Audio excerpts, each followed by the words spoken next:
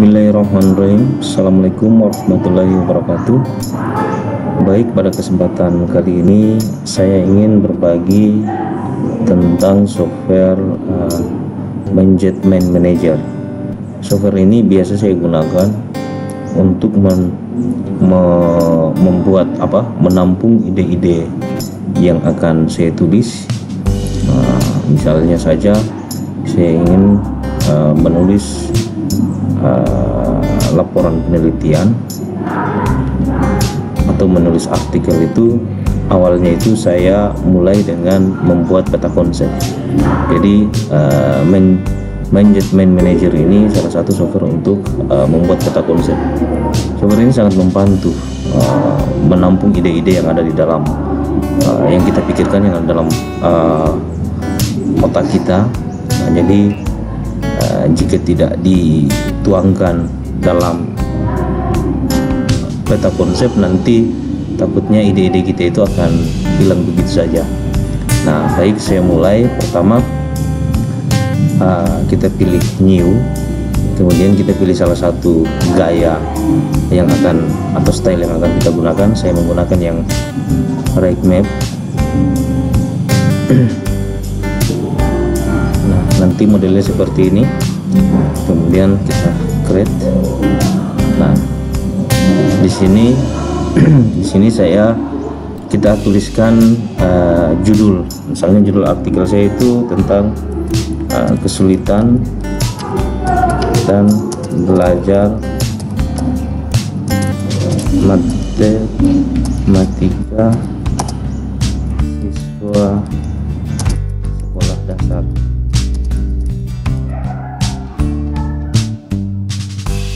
Nah, ini judul ya, judul artikel yang akan saya tulis. Nah, kira-kira ini judul kita buat.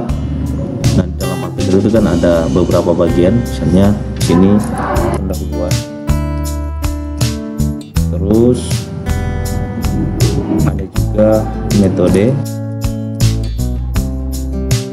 kemudian ada hasil atau pembahasan, ada kesimpulan ya.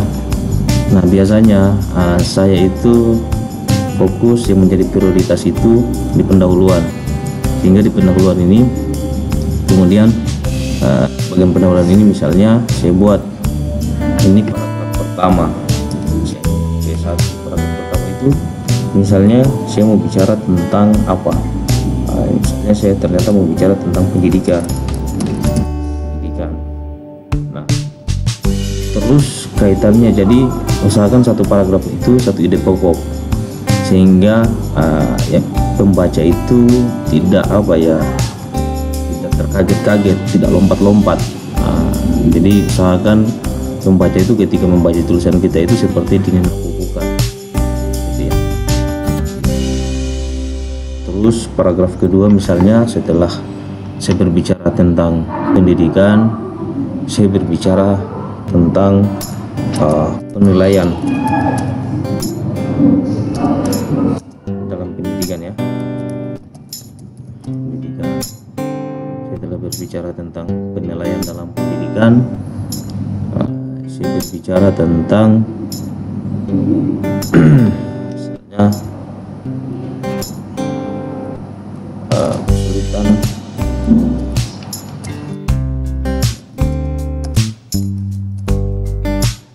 belajar matematika. Nah, setelah saya berbicara tentang kesulitan belajar matematika, saya berbicara tentang ini lupa ya, ini saya labeli P2 paragraf 2, ini paragraf 3 P3. Nah, di sini paragraf 4 itu kira-kira saya mau bicara tentang misalnya gap ya, gap antara yang harap relevan dengan kemudian yang terjadi di lapangan itu seperti apa.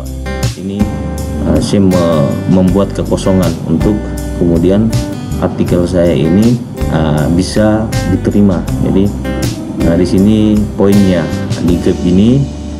Setelah itu mungkin di sini saya di paragraf 5 itu penutup, atau dengan saya menyimpulkan tujuan saya, tujuan penelitian. Nah seperti ini. Jadi misalnya ini contoh saja. Ini contoh. Misalnya di pendahuluan itu nanti saya ada 5 paragraf gitu ya. Nah, saya mulai misalnya di pendidikan itu ini paragraf 1. Minimal kan dalam satu paragraf ini minimal ada 3 kalimat. Kalimat inti, kalimat pembuka, inti, dan penutup. Nah, kira-kira di paragraf 1 ini kalimat pertamanya itu apa? Misalnya saya mau berbicara tentang definisi pendidikan. Definisi pendidikan. Nah, terus kalimat keduanya tentang apa? Tentang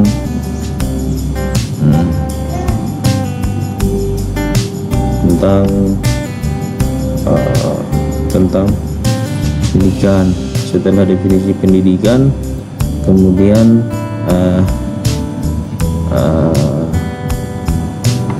di sini definisi pendidikan ini kan ada banyak.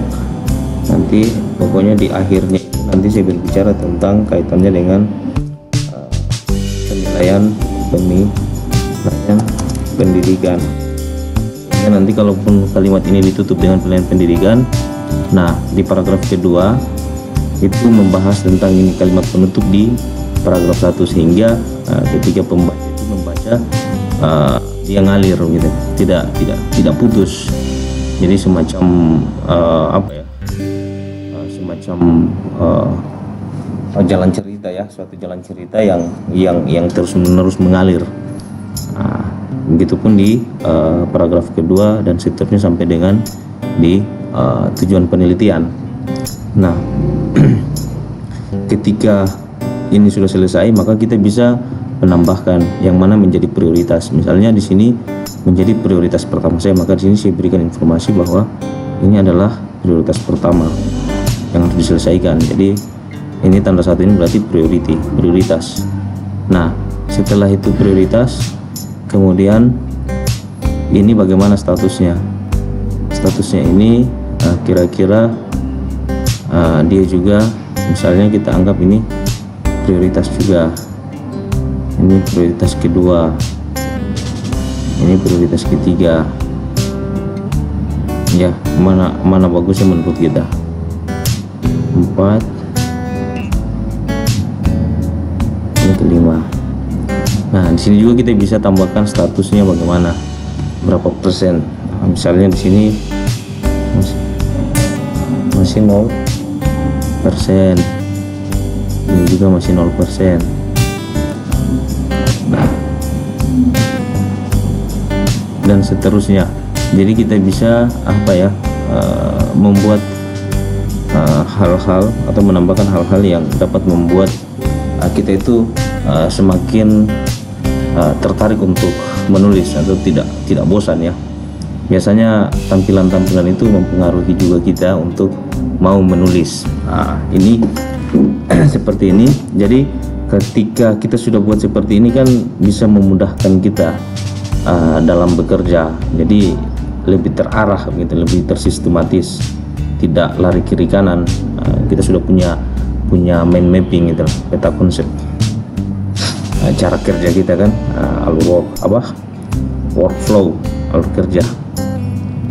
Nah, ini juga bisa kemudian ketika misalnya ini sudah selesai, ini bisa di ekspor atau bahkan ini bisa di snipping ya. Atau biasanya itu kita ekspor ke Word. Jadi bisa kita ekspor ke Word. Ini misalnya di sini, taruh saja di sini judulnya adalah kesulitan belajar matematika. Kemudian save, tunggu saya simpannya di mana tadi, ekspor Excel di dokumen ya, kesulitan belajar.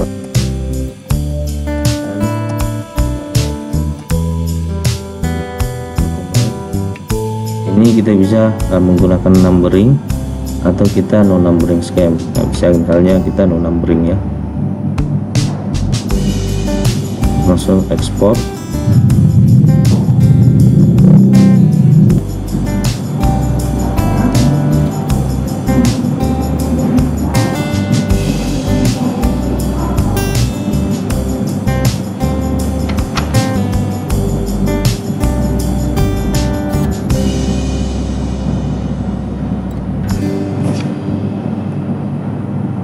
Nah, ini sudah selesai diekspor, tinggal kita buka, klik open.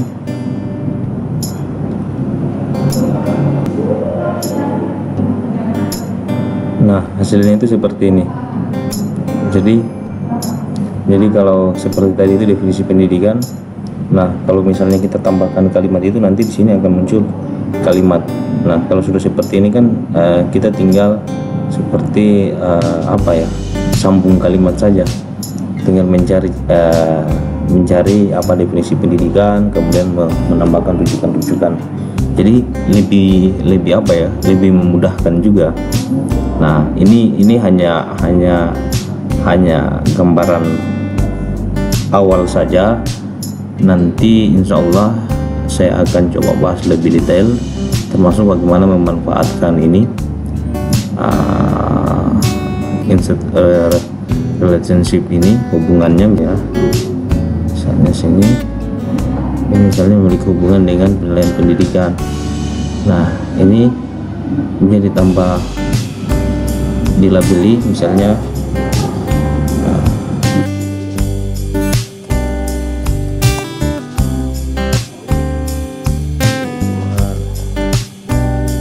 ini bisa ininya juga, ini bisa diubah.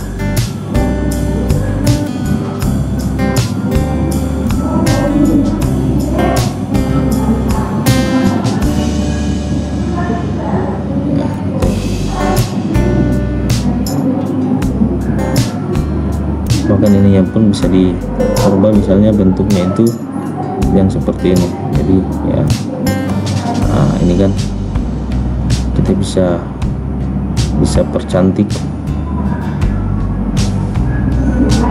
gitu ya, misalnya memiliki hubungan ya, seperti itulah gambaran awal tentang software manager yang bisa membantu kita membuat menyalurkan atau menyimpan ide-ide yang ada dalam pikiran kita. Baik, mungkin itu saja dari saya. Sampai ketemu di tutorial berikutnya, masih dalam pembahasan tentang membuat peta konsep, mungkin akan lebih detail. Saya Heri, assalamualaikum warahmatullahi wabarakatuh.